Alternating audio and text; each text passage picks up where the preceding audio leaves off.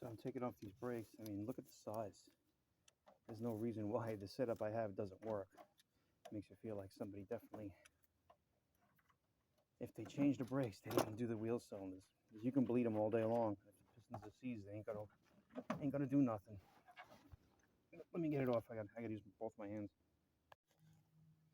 As I expected, I figured that somebody maintained this car, and the wheel cylinder doesn't even look that old. But if it's sat, and you look at this brake hose, like it may have been changed.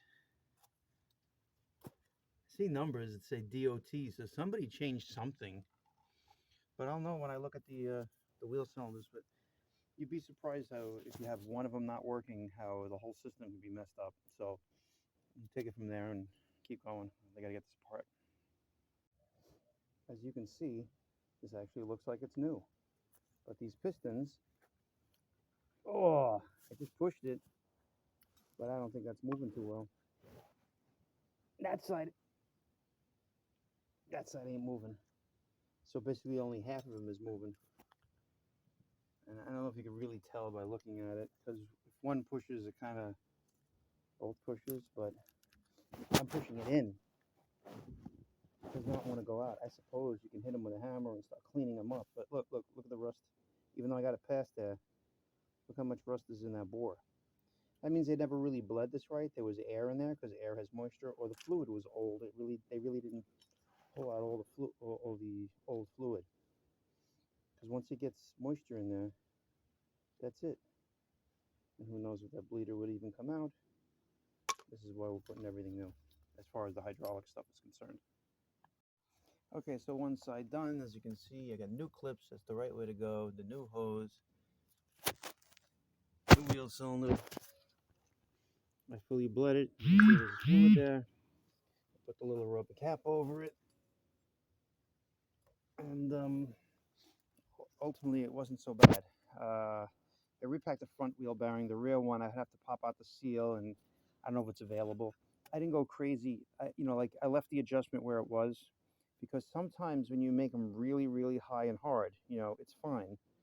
But like the booster that we put in there, I don't know if it's going to start giving power right off the bat, or if it starts to give power when they have a little bit of push. Because a lot of these things, these boosters were meant for disc brakes. And disc brakes, the front brake takes up a lot of the brake pedal, in the beginning, and then it gets hard, or just stops before it even, because like if you have especially had a four-wheel disc car, you could whomp on the brake pedal when it's still, and because the calipers move like this, you'll see that it actually takes up a lot of the brake pedal, and people go, oh, it's not right, it's not right. I'm like, drive it, and they finally drive it, and it's like, oh yeah, that stops really good. So you can't go by how the pedal feels when it's low. With the drum brakes, though, you kind of can. And I actually have some give in the brake pedal now, which makes sense that these are trying to go, where before they weren't doing it, or maybe just it was barely going on one side. I can't even push this side. But the other thing is, these might not be rebuilt. It says USA, or is that upside down? No, I don't know what that means. It's a weird USA if it's USA. It might just be the brand name. It also could be the originals that were rebuilt as opposed to new, And what happens is a little metal filings in there, and if you don't drive the car, you're going to have a problem. Now listen, he said this car was probably sitting for 20 years.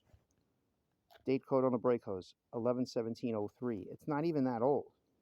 And there may not even be anything wrong with it, but it's petrified, I mean, in the end, it's just better to change the shit.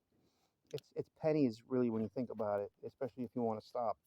And these brakes are very capable. Look at this huge aluminum drum. They have it balanced even with this weight on it.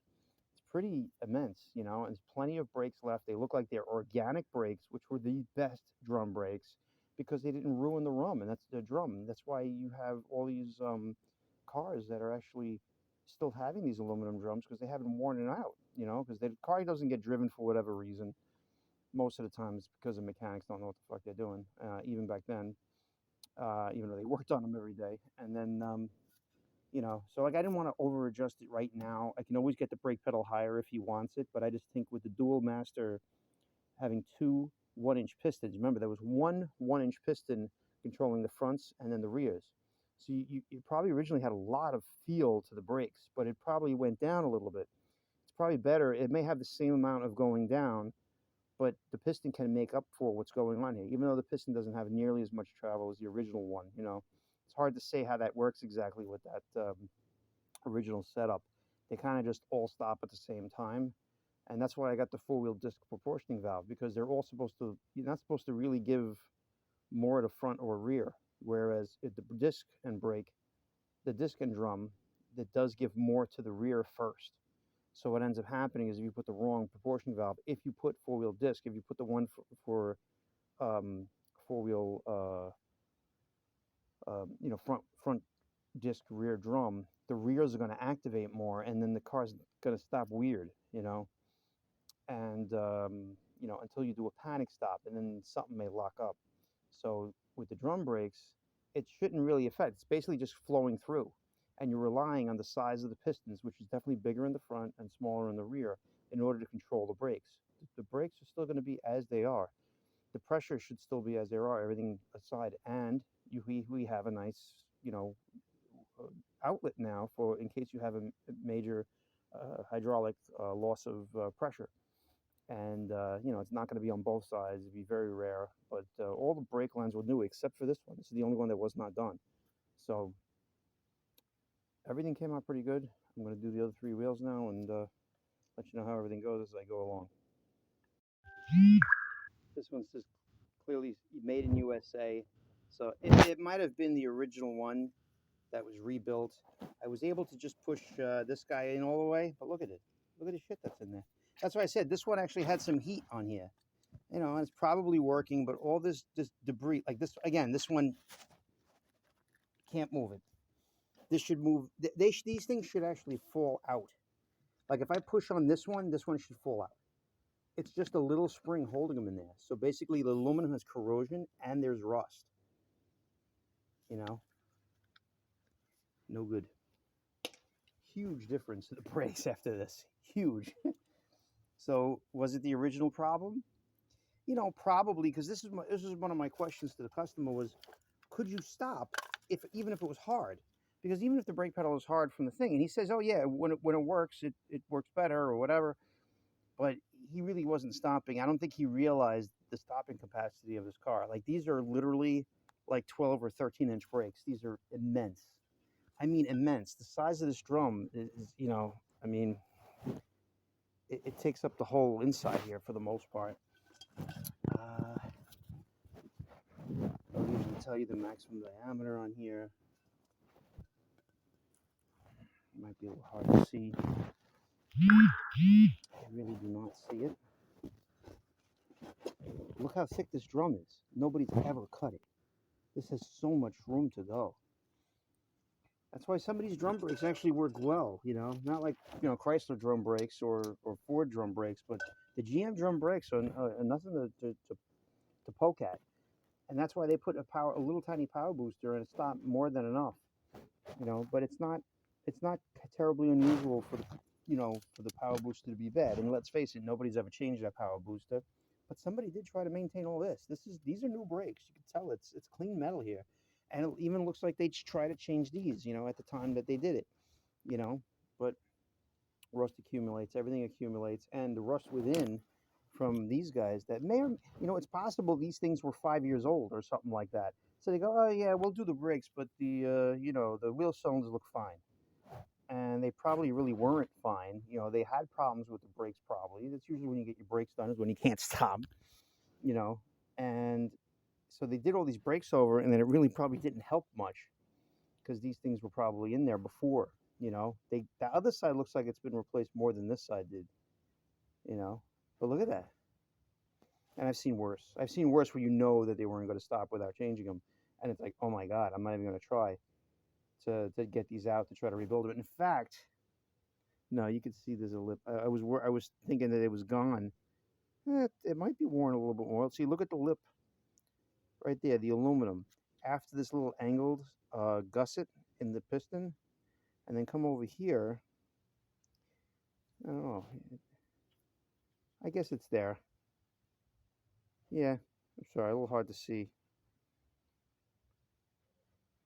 that's in there. Now you can beat these out. Like if these things were not available, you beat them out, and you might be able to get new pistons, or you have somebody machine them. It's a lot of effort to get these things to work again when you know if you're trying to rebuild them. Some people drill them out and sleeve them and then get the pistons. There's a lot of work involved. You get brand new ones, you're not going to have this issue. And the other thing is when you rebuild them, they get little metal filings, so they have to hone it. So these little metal filings very rarely get actually cleaned out completely. So that becomes an issue. And then you have basically metal in there that's wearing. Now, if you're driving the car and right after you do this, it's not so much of an issue.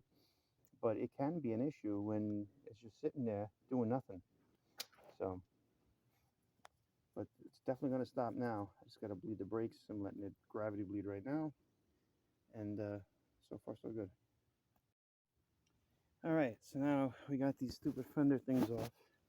And I'm looking at the rear brakes now. Notice something?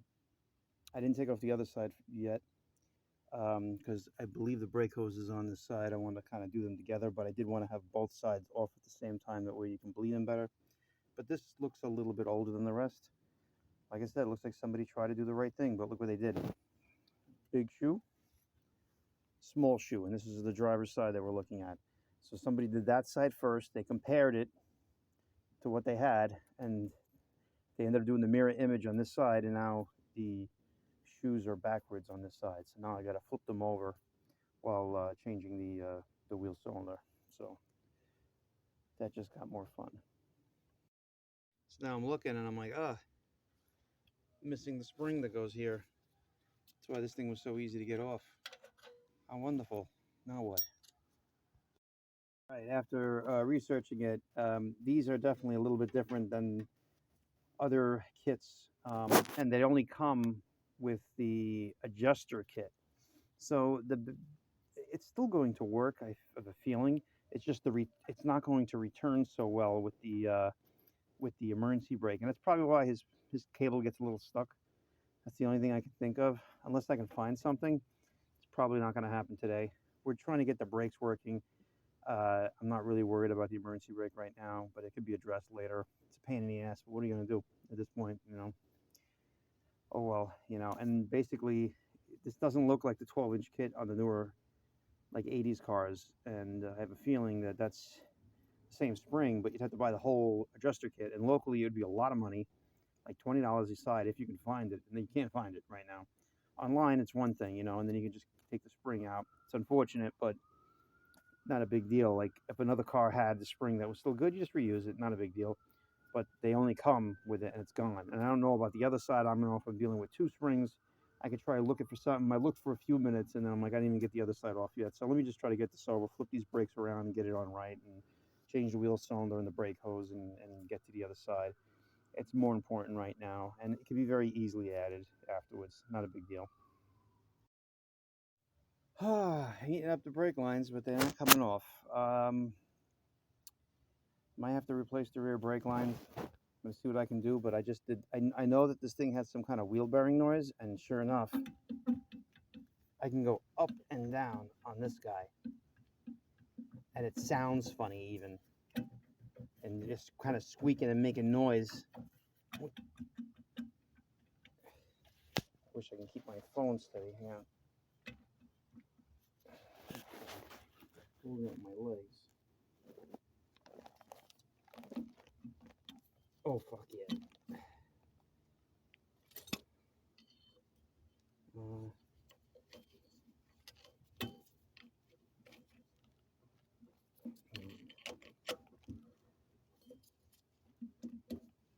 Going up and down. I can hear the ball bearings rumbling around there.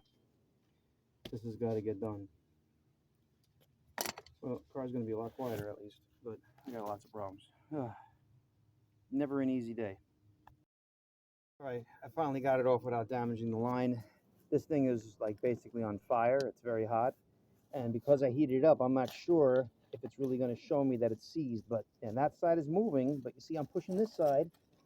Oh, I did get it out, but that's probably because I heated it up to fucking infinity. I gathered the car was stopping with the rears because the front definitely wasn't fucking stopping. But it doesn't mean that these were good. There's like a layer of, I guess it's rust that's on them. And just because I heated this up, it might be the reason why it's actually fucking moving now. You know, but, you know, I mean, to me, this does not look like it's the pinnacle of health by any means.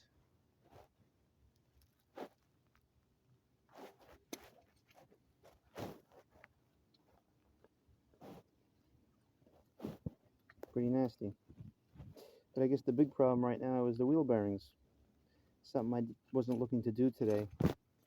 Well, it's not going to get done today either, but I can't get anything done unless I do that. What a mess. Ugh.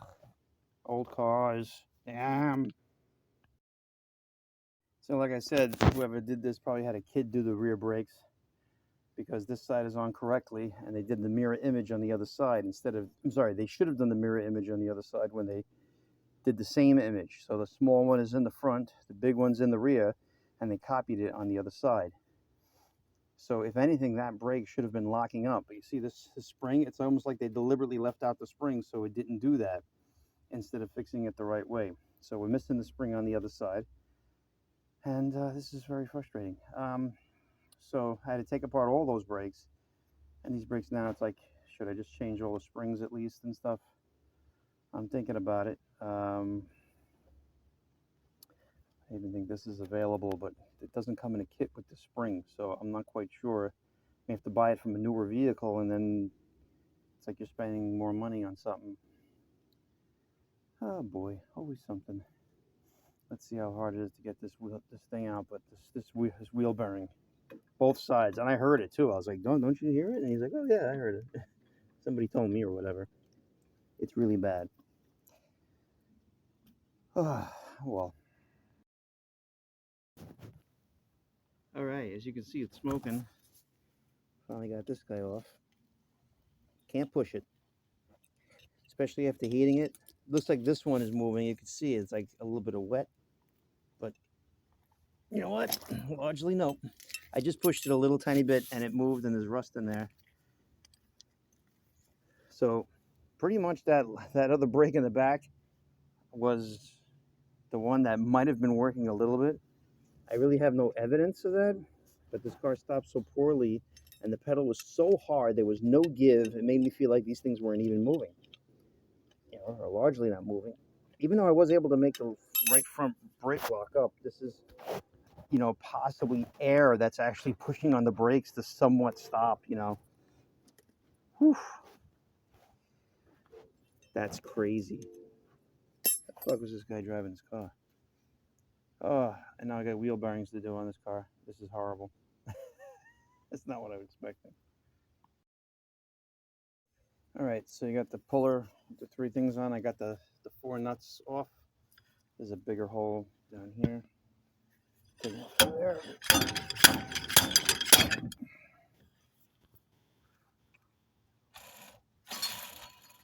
How does that sound? How bad is your wheel bearing?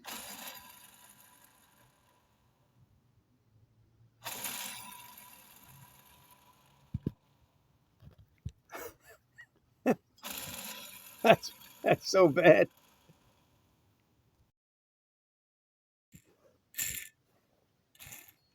That's the one I showed you already. Wow. Oh boy.